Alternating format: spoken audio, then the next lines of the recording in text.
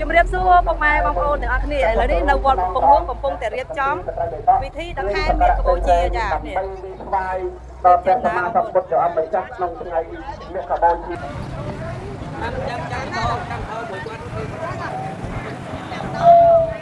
ហឡូជាដូចតទៅសូមអនុមោទនាអនុមោទនាពិធីដង្ហែព្រះពុទ្ធរូបក្នុងព្រះអង្គកំណាស្វាគ្នាដល់ទៅដើម្បី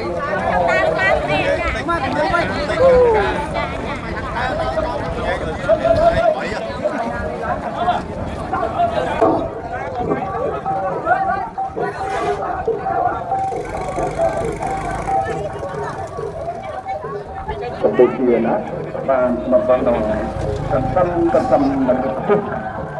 កតែនឹងបានអាកាសថាជាភូមិបានថាទេ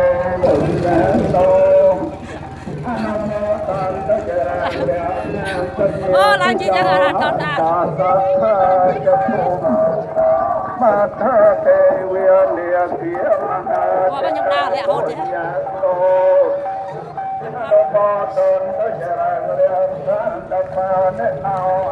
មកឃើញទេជាភូមិបានថាទេវាលាពីមហាទេសាពុញ្ញាណោមក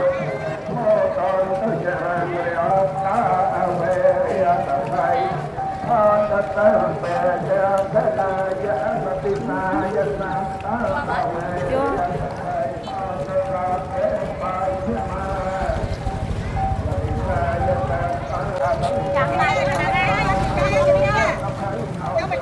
អូច្បាស់ជាងគេអូច្បាស់ជាងគេហើយ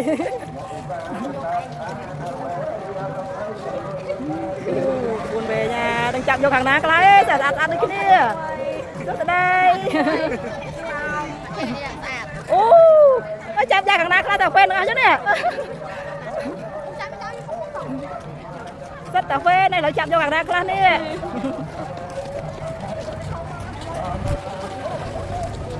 Hello.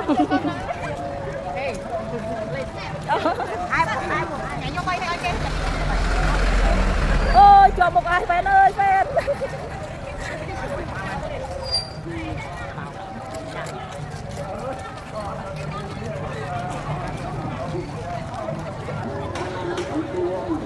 Sang buat pertulung sokat namo tani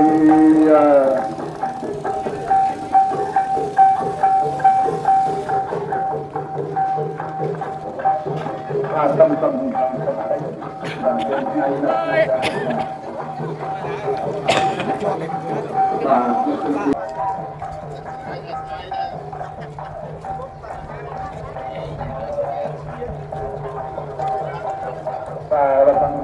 và đồng hồi lúc Việt Nam đó